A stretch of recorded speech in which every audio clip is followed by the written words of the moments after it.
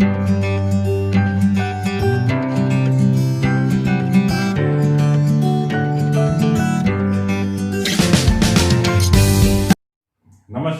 बच्चों, आज हम इसी अपने सेकंड चैप्टर को आगे बढ़ाते हुए बात करेंगे इसके topic number 3.2, how participants show the movement. इसका मतलब ये है कि समाज के विभिन्न वर्गों ने, जो डिफरेंट ग्रुप ऑफ सोसाइटीज थे, उन्होंने इस आंदोलन में क्यों भाग लिया। सबसे पहली बात तो ये कि कौन कौन से सामाजिक समूह ने भाग लिया, which social groups participates in this movement. Second बात ये आती है कि इन्होंने क्यों भाग लिया, व्हाई डिड दे पार्टिसिपेट। तो प्यारे बच्चों, यही हमारे नेक्स्ट क्वेश्चंस होंगे और अपने इस आज के लेसन में, इस वीडियो में हम बात करेंगे कि कैसे समाज में ग्रामीण क्षेत्र के संपन्न किसानों ने, कैसे ग्रामीण क्षेत्र के गरीब किसानों ने, जो पुअर पीजेंट थे या जो रिच पीजेंट थे, उन्होंने इस आंदोलन में भाग लिया या क्यों भाग लिया, उनकी इससे क्या उम्मीदें थी। इसके बाद हम बात करेंगे शहरी क्षेत्र की और देखेंगे कि शहरों के व्यापारी वर्ग ने, बिजनेस क्लास ने इस आंदोलन में क्या भूमिका अदा की या उनके इस आंदोलन में स्वराज से क्या मायने थे। ऐसे ही शहरों में श्रमिक वर्ग जो था, जो इंडस्ट्रियल वर्कर क्लास थी, उसकी आंदोलन के बारे में क्या राय थी या श्रमिक वर्ग ने इसमें किस हद तक भाग लिया। और अंत में बहुत ही महत्वपूर्ण वर्ग की बात की जाएगी, वो था महिलाओं का इस आंदोलन में योगदान। तो सबसे पहले हम शुरुआत करते हैं ग्रामीण संपन्न किसान वर्ग की, the rich peasant community in country side. जो हमारे गांव में संपन्न किसान वर्ग था, वो इस आंदोलन में कैसे भाग ले रहा था। मैं आपको ये बताना चाहूंगा कि ग्रामीण जो संपन्न किसान वर्ग था, उसमें गुजरात में जैसे कि पाटीदार समुदाय के लोग, उत्तर प्रदेश में जाट समुदाय के लोग, उन्होंने बढ़ चढ़कर इस आंदोलन में भाग लिया। उनका स्वार्थ ये था कि ये व्यावसायिक फसलों की खेती करते थे, कमर्शियल क्रॉप को प्रोड्यूस करते थे और जो इकोनॉमिक डिप्रेशन जो था, आर्थिक मंदी का जो समय था, जो हमने पिछले वीडियो में बात की, उससे इनका व्यापार या इनका जो कह सकते हो कि फसलों की वैल्यू, कीमत घटी और इनको नुकसान होता जा रहा था। तो ये चाहते थे कि जो सरकार इन पे टैक्स लगाती है, जो रिवेन्यू इनसे लिया जाता है, वो कम किया जाए। यानी इनके स्वराज का अर्थ था जो गवर्नमेंट, जो उसमें की औपनिवेशिक जो सरकार थी, वो रिवेन्यू को कम करे, वो टैक्स को कम करे। लेकिन जब बिना टैक्स कम किए गांधी जी ने इस आंदोलन को स्थगित कर दिया 1931 में, तो ये वर्ग बहुत निराश हुआ। अगले वर्ग की बात करते हैं कि गरीब किसानों का क्या रवैया था। क्या वो भी टैक्स में कमी चाहते थे?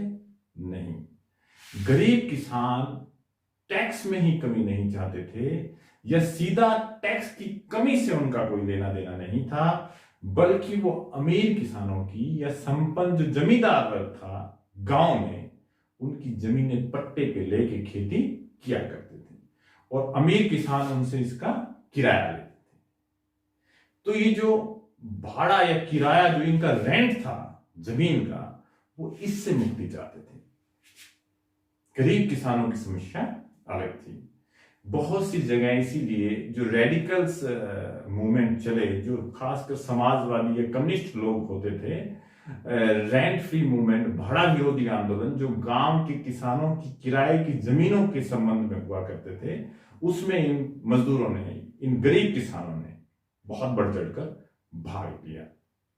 कांग्रेस ने हमेशा इससे दूरी बना के रखी कांग्रेस ऐसा सोचती थी कि यदि वो इस गरीब किसानों के भाड़ा विरोधी रैंट फ्री मूवमेंट का सपोर्ट करेगी तो जमींदार वर्ग या जो संपन्न किसान वर्ग है, जो रिच पीजेंट कम्युनिटी है, वो कांग्रेस से नाराज हो जाएगी। तो इसलिए मतलब आप कह सकते हैं कि the relation between Congress and poor peasant, गरीब किसान और कांग्रेस के बीच जो संबंध है वो हमेशा ऑलवेज रिमेन अनसर्टेन, अनिश्चित रहे। कोई संबंधों में निश्चितता नहीं थी। खुलकर कांग्रेस ने कभी इनका समर्थन नहीं किया। अब हम बढ़ते हैं अपने अगले सामाजिक समूह की ओर, जो कि व्यापारिक वर्ग है। व्यापारिक वर्ग जो था उसको फर्स्ट वर्ल्ड वार से बहुत फायदा मिला, उसका बिजनेस बढ़ा जिससे वो शक्तिशाली बन चुके थे और अब वो औपनिवेशिक शासन का विरोध कर रहे थे। वो ये चाहते थे कि जो कॉलोनियल रूल है, जो औपनिवेशिक शासन में जो उनके बिजनेस पर रिस्ट्रिक्शंस हैं, जो नियंत्रण है, पाबंदियां हैं, वो हटाई जाए, नियंत्रण से मुक्त हो। खासकर जो रुपया सेटलिंग कमेटी या आयात निर्यात या जो विनिमय होता था अंतरराष्ट्रीय व्यापार में, उसमें जो भेदभाव बरता जाता था, उससे ये मुक्ति चाहते थे। हमारे देश के बहुत से नामी उद्योगपति, खासकर पुरुषोत्तम दास ठाकुर दास और जीडी बिड़ला, औपनिवेशिक नियंत्रण के विरोध में थे। इन लोगों ने ना सिर्फ इस आंदोलन का समर्थन किया बल्कि वित्तीय मदद भी की, फाइनेंशियल सपोर्ट भी की, जो किसी भी आंदोलन के लिए बहुत ही बड़ी मदद होती है। उद्योगपतियों ने मिलकर 1920 में भारतीय व्यापारिक और औद्योगिक कांग्रेस की भी स्थापना की और आगे चलकर 1927 में इन्हीं लोगों ने भारतीय वाणिज्य एवं उद्योग परिसंघ FICCI, federation of Indian chamber of commerce and industry, उसकी भी स्थापना की। ये सभी उद्योग सुरक्षा चाहते थे। इनका स्वराज से ये मतलब था कि स्वराज में इनके उद्योग जो हैं वो ब्रिटिश नियंत्रण से या सरकारी नियंत्रण से मुक्त होंगे, जैसा कि आजकल हैं। लेकिन दूसरे गोलमेज सम्मेलन की विफलता के बाद ये भी निराश थे और इनको लगता था कि आंदोलन लंबा खींचने से इनके व्यापार को नुकसान होगा, या इसलिए धीरे धीरे ये लोग इस आंदोलन से दूर हटने लगे। अब हम बढ़ते हैं इसी व्यापारी वर्ग से जुड़े हुए औद्योगिक श्रमिक वर्ग की ओर, द इंडस्ट्रियल वर्कर्स की ओर। आप कह सकते हैं कि जो औद्योगिक श्रमिक वर्ग है वो कभी भी मुख्य रूप से इस आंदोलन का हिस्सा नहीं बना। यदि नागपुर को छोड़ दें या अन्य छोटी मोटी घटनाओं को छोड़ दें तो मोटे रूप से जो औद्योगिक श्रमिक वर्ग है उसने सविनय अवज्ञा आंदोलन में भाग नहीं लिया। कांग्रेस ने यहां भी इनसे दूरी बना के रखी कि कांग्रेस को यह लगता था कि इनकी सपोर्ट से जो इंडस्ट्रियल कम्युनिटी है, जो व्यापारी वर्ग है, वो कांग्रेस से नाराज हो जाएगा और साम्राज्यवाद के खिलाफ या सरकार के खिलाफ जो एक संघर्ष की एकता है वो कमजोर पड़ेगी। अब हम बात करते हैं अपने अंतिम वर्ग की ओर, जो है महिलाओं का वर्ग। महिलाओं ने इस आंदोलन में बहुत ही बढ़ चढ़कर भाग लिया, या सही मायने में कहें तो ये पहला आंदोलन था जिसमें खुलकर महिलाएं शामिल हुई गांधी जी के आह्वान पे। बहुत सी जगह नमक कानून तोड़ने के लिए वो आंदोलन का हिस्सा बनी, विदेशी वस्तुओं के बहिष्कार के प्रदर्शनों में शामिल हुई, शराब की दुकानों की पिकेटिंग में विशेषकर महिलाओं की भूमिका सबसे ज्यादा महत्वपूर्ण रही। गांव में जो संपन्न किसान थे उनके परिवारों की महिलाएं, शहरों में जो ऊंची जाति की महिलाएं थी, उन्होंने आंदोलन में बढ़ चढ़कर भाग लिया।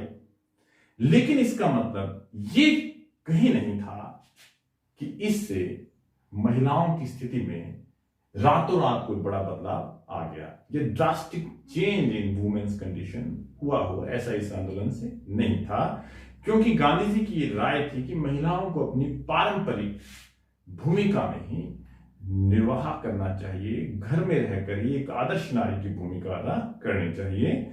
इसीलिए लंबे समय तक कांग्रेस ने महिलाओं को कोई बड़े पद भी नहीं दिए। अब आज के वीडियो के अंत में जो इस चैप्टर की जो इंपॉर्टेंट डेट्स हैं, महत्वपूर्ण तिथियां हैं जो आपकी बुक में भी दी गई हैं, हम एक चर्चा उस पर भी करेंगे। ये आप अपनी स्क्रीन पे इस चैप्टर की सभी इम्पोर्टेंट डेट्स को देख सकते हैं। लेफ़्ट साइड के टॉप से शुरू करते हैं। सबसे पहले 1919 में जो यूपी में अवध क्षेत्र में बाबा रामचंद्र के नेतृत्व में किसान विद्रोह हुआ था, उसकी बात है। उसके बाद अप्रैल 1919 में गांधी जी ने रॉलेट एक्ट के खिलाफ सत्याग्रह किया और जलियांवाला बाग हत्याकांड की घटना घटी। जनवरी 1921 में गांधी जी ने असहयोग आंदोलन और खिलाफत मूवमेंट को शुरू किया। फरवरी 1922 में चोरी चोरा की घटना हुई, जिसकी वजह से असहयोग आंदोलन को स्थगित किया गया। मई 1924 में अलूरी सीताराम राजू को गिरफ्तार किया गया, जिससे 2 वर्ष से चला आ रहा गुरीला आदिवासी संघर्ष, आर्म्ड ट्राइबल स्ट्रगल समाप्त हुआ। दिसंबर 1929 बहुत ही महत्वपूर्ण तिथि, जब कांग्रेस का लाहौर अधिवेशन हुआ, जिसमें कांग्रेस ने पहली बार पूर्ण स्वराज का प्रस्ताव पास किया। 1930 में ही अंबेडकर ने डिप्रेस्ड क्लास एसोसिएशन, जो दलितों के लिए संगठन था, उसे स्थापित किया। मार्च 1930 में गांधी जी ने सविनय अवज्ञा आंदोलन की शुरुआत की, जो कि दांडी मार्च से प्रारंभ हुआ, जिसे अभी हमने इसी चैप्टर में पढ़ा। मार्च 1931 की 5 तारीख को गांधी जी ने इसी सिविल डिसओबीडियंस मूवमेंट को गांधी इरविन पैक्ट से समाप्त किया, स्थगित किया, जिसके तहत दिसंबर 1931 में Gandhi ji second round table conference में भाग लेने लंदन गए। वहां से निराश होकर 1932 में पुनः वापस लौटे और सिविल डिसओबीडियंस मूवमेंट को दोबारा प्रारंभ किया, लेकिन इस बार इसका प्रभाव पहले जैसा नहीं रहा।